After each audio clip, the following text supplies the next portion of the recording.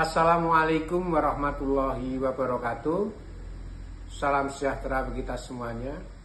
Perkenalkan, nama saya Suryono Eskepnes MMRS, dosen dari program studi S1 Administrasi Kesehatan Stikes Pemenang. Bidang ilmu saya adalah administrasi kesehatan. Pertama, marilah kita panjatkan rasa puja dan puji syukur kehadirat Allah Subhanahu wa Ta'ala, Tuhan Yang Maha Esa, di mana sampai saat ini kita masih diberikan hidayah serta kesehatan dan dalam lindungannya. Salawat dan salam marilah kita tujukan pada junjungan Nabi besar Muhammad SAW, yang insya Allah kita akan mendapatkan syafaat beliau di yaumil qiyamah. Amin ya rabbal alamin.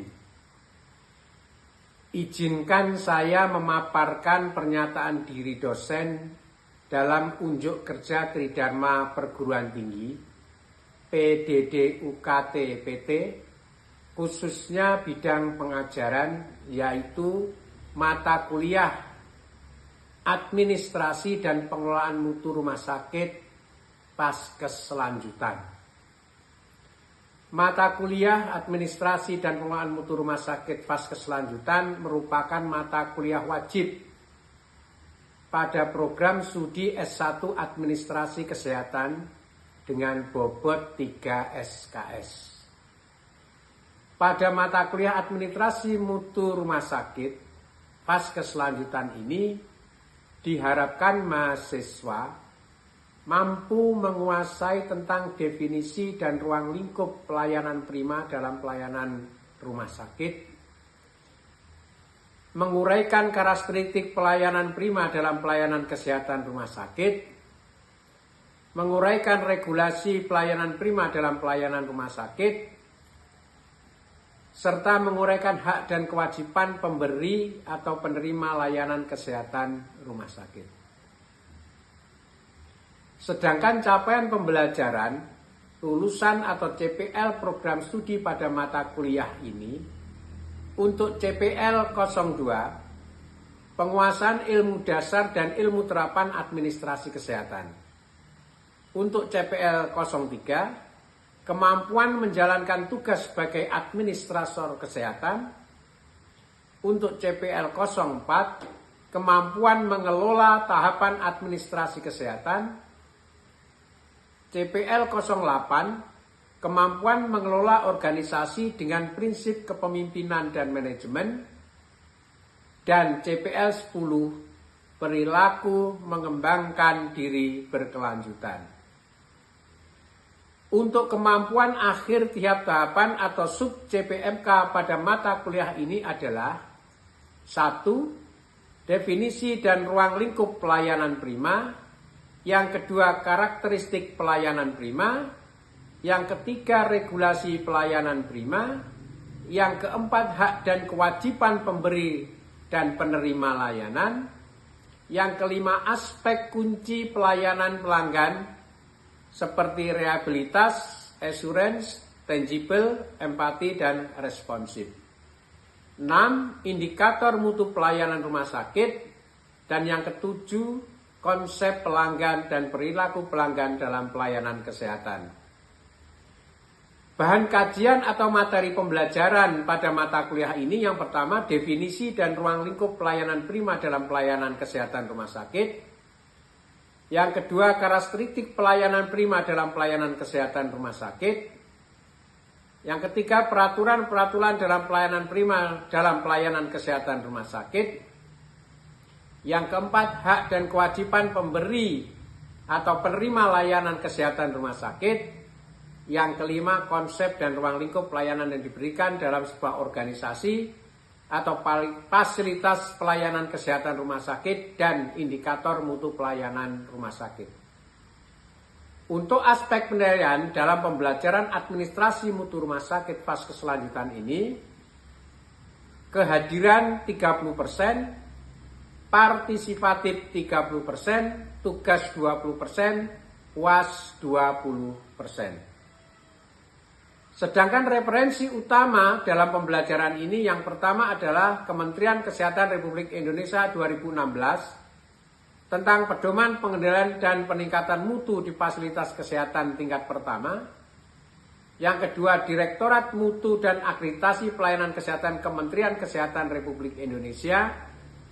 Yang ketiga, Permenkes nomor 30 tahun 2022 tentang Indikator Nasional Mutu Pelayanan. Yang keempat, Parasuraman dan Berry tahun 2012,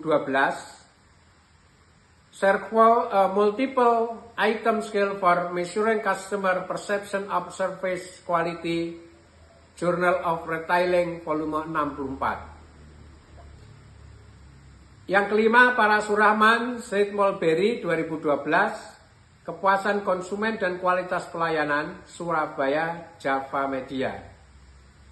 Yang keenam, Undang-Undang Nomor 32 Tahun 2004 Pasal 163 tentang Standar Pelayanan Minimal. Dalam mata kuliah ini disampaikan melalui 3 aspek, DIA, Delivery, Interaction, dan Assessment. Berikut saya tampilkan video pembelajaran di dalam kelas. Selamat menyaksikan. Assalamualaikum warahmatullahi wabarakatuh. Selamat siang dan salam sejahtera bagi kita semuanya. Alhamdulillah sehat semua ya, insya Allah. Sudah makan? Ya, insya Allah semoga saja tidak mengantuk semuanya. Bisa mengikuti dengan baik. Ya. Pembelajaran pada siang hari ini kita membahas terkait topik konsep lingkup pelayanan rumah sakit. Ya, di mana dalam konsep lingkup pembelajaran rumah sakit ini diharapkan sampean semua mahasiswa setelah mendapatkan pembelajaran ini yang pertama bisa menjelaskan pengertian rumah sakit berdasarkan peraturan undang-undang yang berlaku. Yang selanjutnya bisa mengidentifikasi tugas dan peran rumah sakit dalam sistem pelayanan kesehatan. Dan yang ketiga bisa menjelaskan klasifikasi dan jenis rumah sakit berdasarkan kepemilikan, kelas dan penyelenggara pelayanan. Yang keempat bisa mengidentifikasi lingkup pelayanan rumah sakit yang meliputi pelayanan promotif, preventif, kuratif, rehabilitatif, dan paliatif, di mana untuk penjelasan terkait pelayanan promotif, preventif, kuratif, dan lain-lain itu akan kita bahas di dalam materi ini. Yang kelima, kita bisa membedakan pelayanan medis, pelayanan keperawatan, pelayanan penunjang medis, pelayanan penunjang non-medis, dan pelayanan administratif rumah sakit. Ini yang terkait dengan insya Allah job desk kita setelah kita besok lulus. Yang keenam, menjelaskan alur pelayanan pasien mulai dari pendaftaran hingga pasien pulang atau discharge planning ya. Yang ketujuh, menganalisis keterkaitan antar unit pelayanan rumah sakit melalui penerapan patient center care, keselamatan pasien atau patient safety, dan peningkatan mutu berkelanjutan. Dan yang kesembilan, menganalisis faktor-faktor yang mempengaruhi kualitas pelayanan rumah sakit, seperti sumber daya manusianya, sarana prasarana, teknologi, tata kelola, dan sistem informasi yang diliputi rumah sakit itu. Yang selanjutnya, terakhir, mengevaluasi implementasi pelayanan rumah sakit berdasarkan aspek efektivitas, efisiensi, aksesibilitas, pemerataan, dan kepuasan pasien. Ini yang terpenting nanti bagaimana kita bisa mengevaluasi dari implementasi pelayanan itu terkait dengan kepuasan pasiennya. Ya. Yang sekarang kita akan berbicara tentang rumah sakit itu apa, ya. Rumah sakit itu adalah merupakan institusi yang memberikan berbagai jenis pelayanan kesehatan. Terutama pelayanan rawat inap, berbagai jenis penyakit, maupun satu penyakit khusus tertentu. Jadi rumah sakit itu ada melalui penyakit secara umum, penyakit secara khusus. Dan setelah kita lihat tipe-tipe rumah sakit itu banyak.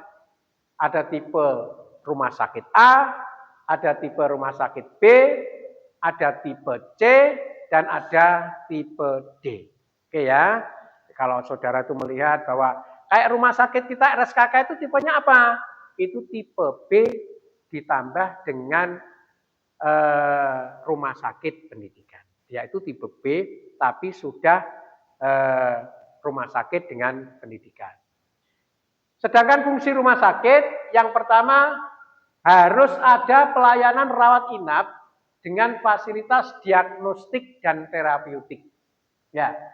Yang selanjutnya harus memiliki pelayanan rawat jalan dan punya tugas untuk melakukan pendidikan dan pelatihan, khususnya saya katakan tadi kayak rumah sakit RSKK Kabupaten Kediri itu punya tugas khusus untuk melakukan pendidikan dan pelatihan. Yang selanjutnya melakukan penelitian bidang kedokteran dan kesehatan. Kalau kita masuk bidang apa? Administrasi masuk bidang kesehatan. Jadi administrasi bidang kesehatan. Yang selanjutnya punya tanggung jawab untuk program pencegahan penyakit dan penyuluhan kesehatan bagi populasi di sekitarnya. Jadi orang-orang di sekitar rumah sakit, internal maupun eksternal rumah sakit itu wajib diberikan suatu penyuluhan oleh rumah sakit. Dia mengerti, sekitar itu mesti mengerti, di dalam itu mengerti agar rumah sakit itu untuk pencegahan penyakit itu bagaimana, dan di luar sekitar rumah sakit harus tahu bagaimana pencegahan penyakit. Karena rumah sakit ini adalah pusat pelayanan dan di situ pasien dengan penyakit. Ya. Yang pertama kita bahas terkait dengan pelayanan umum dulu. Kalau kita lihat di sini ada pelayanan medik umum, ini adalah layanan dasar yang diberikan oleh dokter umum. Jadi saudara kalau lihat minta untuk saudaranya misalkan sebagai pasien, kalau masuk kepada kebutuhan pelayanan umum, ya nanti pelayanannya oleh dokter umum. Dokter umum. Tapi kalau nanti ada dokter umum itu sudah menyatakan ada kekhususan, oh ini harus ke spesialis. Dokter umumnya akan memberikan advis untuk menuju ke dokter spesialis. Layanan ini merangkum sebagai berikut. Satu, terkait dengan pemeriksaan fisik dan anamnesis. Ya. Yang selanjutnya diagnosis awal yang dilakukan oleh dokter umum. Yang selanjutnya rujukan dokter umum ini ke spesialis jika diperlukan yang saya katakan tadi. Ataukah nanti pasien datang itu sekedar untuk konsultasi kesehatan secara umum. Ini bisa ke dokter umum, ya. Yang selanjutnya pelayanan gawat darurat. Nah, di sini pelayanan gawat darurat itu biasanya instalasinya disebut dengan IGD.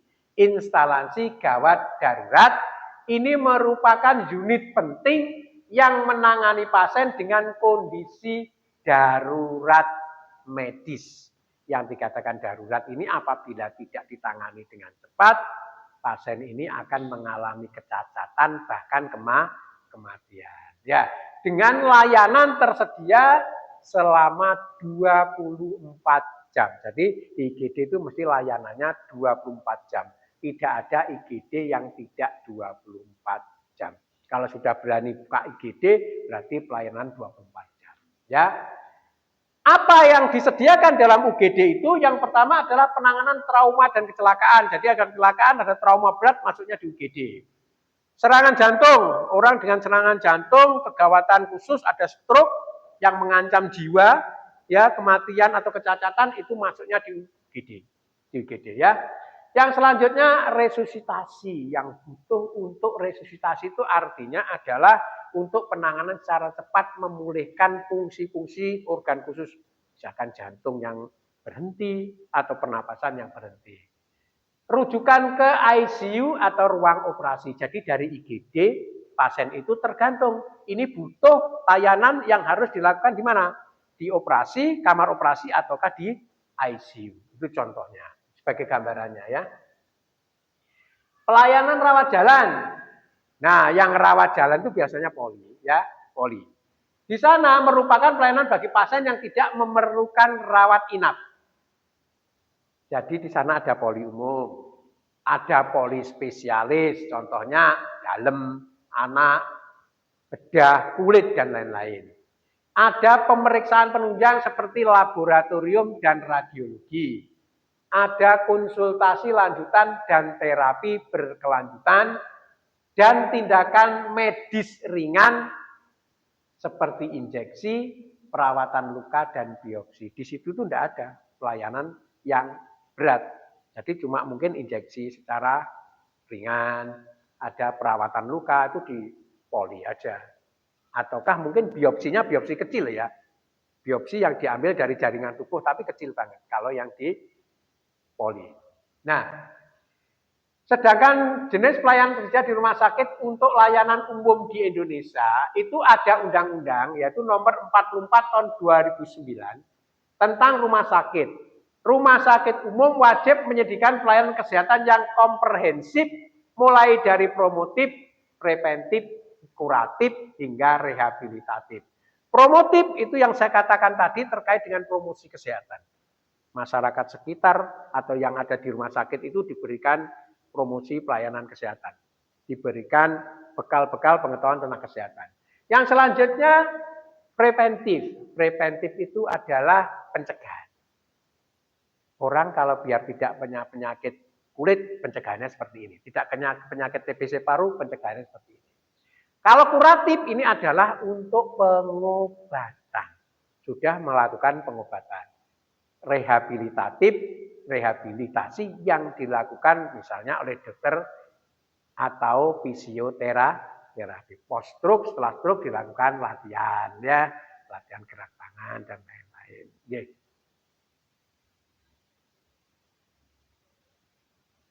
Pelayanan rawat inap itu ada beberapa kelas ya. Ada kelas VIP, ada kelas sebenarnya ada VVIP. Ada VIP, ada kelas 1, 2, 3. Ya, tergantung kelas kemampuan daripada pasien. Ya, biasanya yang di cover oleh BPJS itu adalah mulai kelas 1, 2, 3. Ya, terkait dengan VIP dan VVIP itu sudah tidak di cover oleh BPJS secara administratif. Ya. Yang selanjutnya ada perawatan ruang khusus. Ada ICU ya untuk kegawatan jantung, ada NICU untuk kegawatan anak, ada ruang isolasi untuk pasien yang cenderung menularkan penyakit. Perawatan pasca operasi dan pemulihan penyakit kronis. Pelayanan medis spesialis dan spesialis, kalau rumah sakit umum kelas B dan A, ini wajib menyediakan layanan medis spesialis dan subspesialis. Jadi nanti misalkan ada spesialis onkologi, kanker, ya misalkan spesialis untuk kandungan, ada subspesialisnya dokter yang mengambil spesialis subspesialis untuk onkologi atau kanker kandungan. Jadi dokter itu bermacam-macam. Jadi ada dokter mulai dari umum, ngambil spesialis kandungan misalkan, setelah itu dia ngambil lagi subspesialis onkologi atau khusus untuk kanker. Tapi kankernya kanker kandungan. Begitu ya. Nah ini wajib disediakan oleh rumah sakit dengan kelas B dan A. Kalau tidak ada ini ya tidak bisa dikatakan kelas B maupun A, apalagi A, ya kan? Contoh spesialis penyakit dalam, bedah anak, dan lain-lain. Subspesialis jantung, onkologi, gastroenterologi, dan nefrologi. Ada konsultasi lanjutan tindakan medis kompleks. Ya. Dan untuk pelayanan kebidanan, ini adalah pelayanan perawatan dan kebidanan mendukung proses penyembuhan pasien melalui asuhan keperawatan generalis dan spesialis. Ada perawatan luka, pemantauan tanda vital, evakuasi pasien, edukasi pasien, pelayanan kebidanan seperti pemeriksaan kehamilan, persalinan dan pasca melahirkan. Nah, ini ada pelayanan penunjang medik. Penunjang medik ini adalah dalam rangka untuk dokter itu memastikan orang ini, pasien itu kena penyakit apa, masalahnya di organ apa. Itu yang dibutuhkan adalah pelayanan penunjang medis. Dokter akan butuh lab, klinik, hematologi, kimia darah, mikrobiologi, dan lain-lain. Dokter butuh untuk radiologi, di pasiennya difoto dan semuanya. Ada farmasi, penyedia obat, ada rehabilitasi medis, fisioterapi, dan okupasi. Ya. Sedangkan kan pelayanan non medis, yang non ya, kan tadi yang penunjang medis. Sekarang yang non medis. Satu terkait dengan pelayanan gizi dan pengolahan makanan pasien. Ada laundry, bersihan lingkungan, asa pemulasarasan jenazah kalau orang pasiennya meninggal, ada informasi komunikasi dan pemeliharaan alat kesehatan dan sarana prasarana. Ya. Nah ini kalau promotif dan preventif, ini memang hampir sama, dia mempromosikan kesehatan tentang pencegahan penyakit. Contoh di sana ada perawat yang memberikan edukasi terkait dengan bagaimana gaya hidup sehat kepada pasien. Ada screening penyakit, ada imunisasi, ada konseling kesehatan. Ya, itu masuk pelayanan promotif preventif. Nah, setelah itu di rumah sakit itu ada yang rumah sakit, ada tipe fasilitas lanjutan untuk rujukan tingkat lanjut. Contoh dari rumah sakit tipe B masuk ditransfer atau dikirim ke rumah sakit lanjut ke tipe A. Dari rumah sakit RSKK pasien dikirim ke rumah sakit Dr. Sutomo Surabaya atau rumah sakit Dr. Saiful Anwar Malang. Ya. Ini fungsinya adalah sebagai rujukan fasilitas kesehatan tingkat pertama, memastikan pasien mendapatkan penanganan lebih komprehensif sesuai dengan kebutuhan yang mereka butuhkan, sesuai dengan penyakitnya. Apa fungsi dari sistem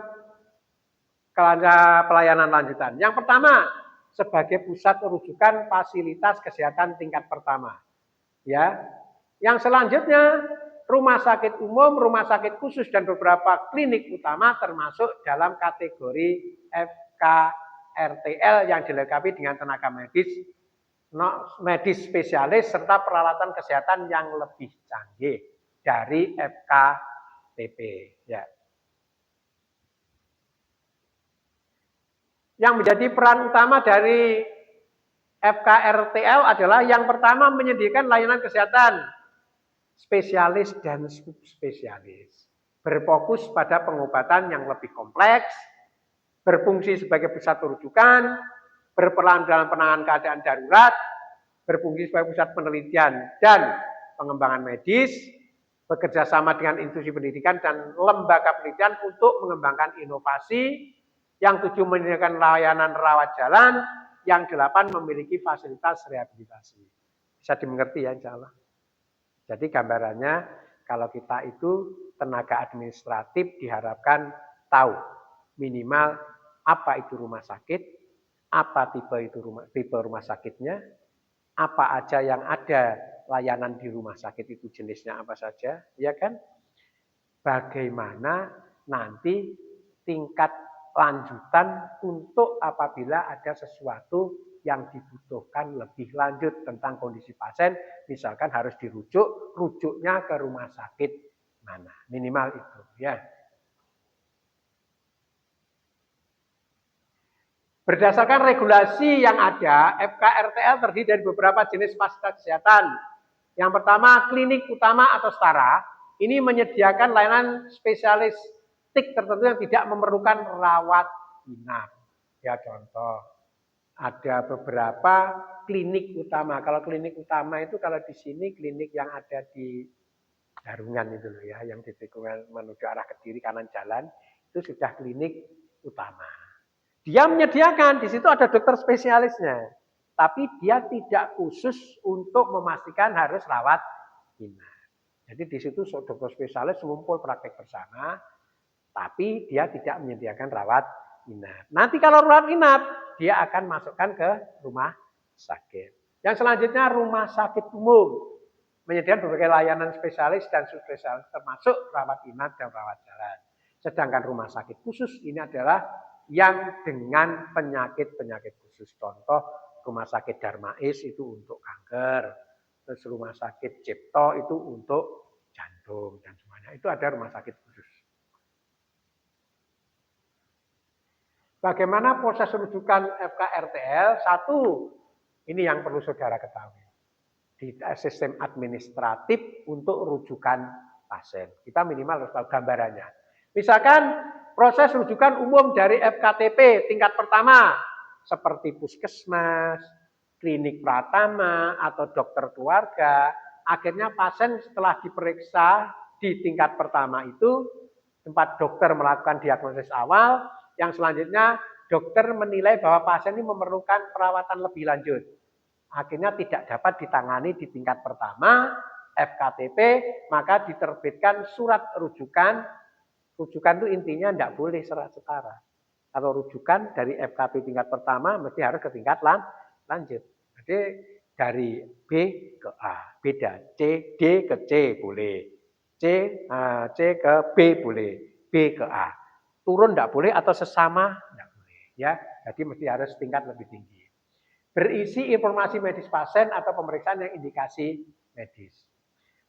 Untuk pasien menyerahkan surat rujukan dan menjalani proses administratif sebelum perawatan, mendapatkan layanan dari dokter spesialis. Dia harus menyerahkan surat rujukan. Misalkan kita itu dirujuk ke rumah sakit Saiful Anwar Malang.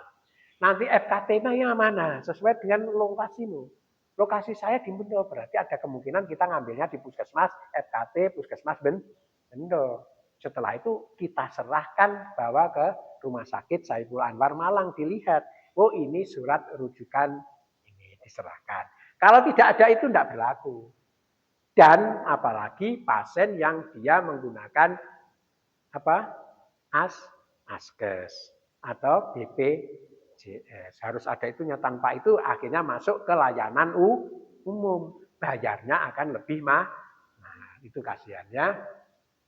Ini pemilihan FKRTL ya yang lebih untuk lanjutan, tujuannya didasarkan pada kebutuhan pasien serta ketersediaan layanan spesialis yang sesuai. Dalam sistem BPJS Kesehatan, ini yang harus saudara ketahui, pasien biasanya dirujuk ke rumah sakit yang telah bekerja sama dengan program JKN, dan di situ mesti ada online. Daftarnya mesti lewat online karena terekam oleh BPJS. Tidak mungkin tidak, karena terekam oleh BPJS itu ya. Setelah mendapatkan perawatan, pasien dapat melanjutkan perawatan di rumah sakit atau kembali ke FKTP, dibalik ini puskesmas. Kalau sudah dari Saiful Anwar selesai pengobatan, dikembalikan, bukan rujukan, pengembalian. Kalau dari puskesmas ke tingkat pertama ke sana itu namanya rujukan. Oke. Nih ya, dari sekian ini kira-kira ada yang perlu ditanyakan? Monggo, ya, monggo Mbak Nasibah.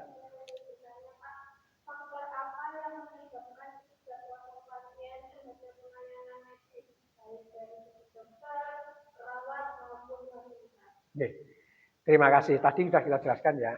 Kita akan melihat kira-kira dari sisi dokter itu apa yang biasanya pasien itu tidak puas. Dokter itu pelayanannya sangat cepat, waktunya terbatas biasanya, ya kan? Dia tidak berkomunikasi secara efektif, biasanya tidak puas. Tapi dokter sekarang itu alhamdulillah rata-rata dia belajar. Dengan pengalaman itu akhirnya dia akan memberikan komunikasi terapeutik dengan sebaik mungkin yang akhirnya bisa meningkatkan kepuasan. Itu contohnya dari pelayanan dokter ya Mbak ya. Terus yang selanjutnya contoh pelayanan perawat.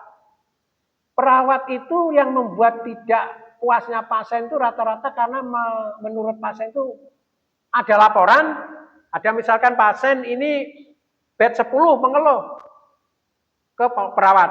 Perawat ini menanganinya lambat, tidak langsung ditangani. Tetapi kita harus tahu bahwa di rumah sakit di Indonesia khususnya ini, jumlah perawat dengan jumlah pasien itu tidak imbang. Contoh jumlahnya perawat 2. Dia dinasnya sore. 2 itu sore, dinas sore atau malam biasanya 2. Atau sore biasanya 3, malam 2. Contoh pada saat dinas malam. Ada pasien mengeluh. Pas kebetulan itu dua-duanya juga menangani keluhan pasien yang lain. Ada pasien yang ketiga ini dia juga mengeluh. Terkesannya akhirnya lambat. Akhirnya menjadi tidak puas. Itu yang dari perawat. Untuk yang dari fasilitas pelayanan contoh dari Sarpras. Oke lah, rumah sakitnya Sarprasnya bagus. Tapi kesannya kok kotor. Contoh kalau di toilet, kamu nggak merasakan kan? Di rumah sakit akhirnya toiletnya kotor. Nah itu juga akan membuat pasien dan keluarga itu tidak puas. Gitu ya Mbak Niswa. Dan lain-lain. Kalau dari sisi kamu contoh tenaga administratif. Apa kira-kira besok yang membuat pasien tidak puas? Di saat ada pasien datang, semestinya secara pelayanan administratif kamu harus sigap. Ya, langsung dihadapi pasien itu butuhnya apa, kebutuhannya apa, pengennya apa, harus segera dilayani. Ya kan? Harus segera direkod dan tidak segera ditunjukkan di mana dia harus melakukan pemeriksaan selanjutnya atau tempat-tempat selanjutnya yang untuk dilakukan. Itu ya Mbak Nasifa ya. Oke. Ada yang lain? Oh ya, Mas Nabi monggo.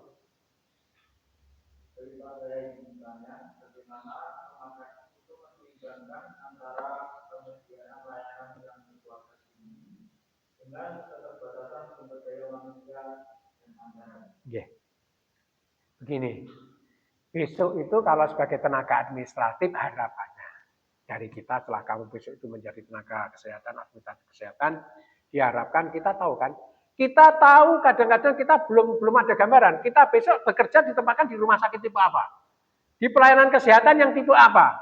Contohnya di situ ada pelayanan tipe dasar, kita jumlah SDM-nya terbatas, iya kan? Terus apa yang dilayani harus banyak, apa yang dilakukan di sana? Ya kita membuat perencanaan yang matang. Rencana-rencana itu harus disusun dengan secara bagus. Akhirnya kita misalkan biasanya pasien itu dalam 1 bulan jumlahnya sekian. Yang dibutuhkan adalah sekian tenaga SDM-nya. Berarti harus direncanakan. Ke depan kita harus menyediakan sekian SDM. Kalau mampu, kalau belum mampu Pak, kita membagi bagaimana SDM itu bisa untuk mengatasi setidaknya sekian pasien yang datang di setiap bulan itu. Jadi di sini intinya adalah perencanaan yang bagus. Yang selanjutnya ada sekarang itu pemanfaatan teknologi. Iya kan? IT. Kalau di kita misalkan ya difokuskan di IT dulu. Kita usulkan sebaiknya kita harus menggunakan sistem IT. Ya, informasi rumah sakit atau informasi kesehatan itu. Ya, akhirnya pasien itu bisa tidak ngantri segitu panjang. Ya kan? Ya Mas ya. Jadi kita harus mengusulkan untuk penyediaan teknologi. Yang selanjutnya itu bisa ke arah pasien itu dengan pusat pelayanan ke pasien. Jadi patient center care. Jadi kita memang benar-benar pelayanan itu dipusatkan pada pasien. Dan ini tergantung dari manajerialnya. Jadi misalkan tenaga manajerialnya itu, kita tahu ternyata secara SDM kita itu sedikit. Ya harus kita mengatur secara manajerial bagaimana mengatur perencanaannya, bagaimana kita mengatur daripada teknologinya, dan bagaimana kita mengatur terkait dengan apanya tadi? Pelayanannya. Bisa menggunakan center care. Oke? Saya kira itu. Jadi fokus dari pembelajaran hari ini setidaknya adalah kita itu bisa tahu rumah sakit itu apa. Apa tipe-tipe rumah sakit itu?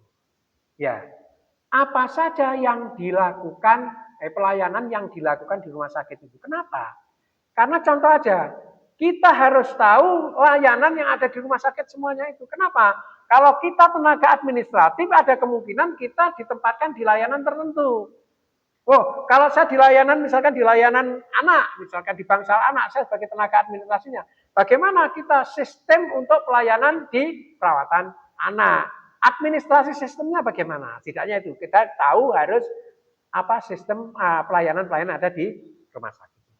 Dan yang selanjutnya kita harus memahami terkait dengan fungsi rumah sakit tadi. Ada fungsi promotif, preventif, kuratif, dan rehabilitatif. Nah, setelah itu endingnya secara administratif kita harus tahu bahwa pasien itu membutuhkan untuk pelayanan lanjutan dari tingkat pertama menjadi tingkat lanjutan. Itu yang dinamakan dengan sistem rujukan. Nah, rujukan tadi adalah tidak boleh kita merujuk pada yang selevel. Kalau namanya rujukan itu harus setingkat lebih tinggi. Tetapi dari rujukan, dari yang rumah sakit untuk yang lanjutan tadi, dari rumah sakit yang dia sudah tipe lanjutan, dia mau mengembalikan setelah pasien ini selesai di terapi, dilakukan pengobatan, dia sudah sembuh, akan dikembalikan. Dikembalikan kepada pelayanan tingkat pertama tadi. Misalkan dari Rumah Sakit Saiful Anwar Malang akan dikembalikan ke rujukannya kembali di Puskesmas Bendo. Karena dia yang merujuk dulu adalah Puskesmas Bendo. Demikian juga terkait dengan administratif untuk BPJS. Nah, begitu ya. Paham ya, insya Allah ya. Bisa dimengerti. Oke. Saya kira itu untuk pembelajaran pada siang hari ini. Semoga bisa bermanfaat bagi kita semuanya. Ya, ke depan kita bisa mengimplementasikan apabila kita memang benar-benar sudah menjadi tenaga administratif di rumah sakit atau di tempat-tempat pelayanan kesehatan. Demikian, billahi taufiq wal hidayah. Wassalamualaikum warahmatullahi wabarakatuh. Insya Allah kita akan ketemu kembali untuk pertemuan berikutnya di minggu depan. Terima kasih. Ya.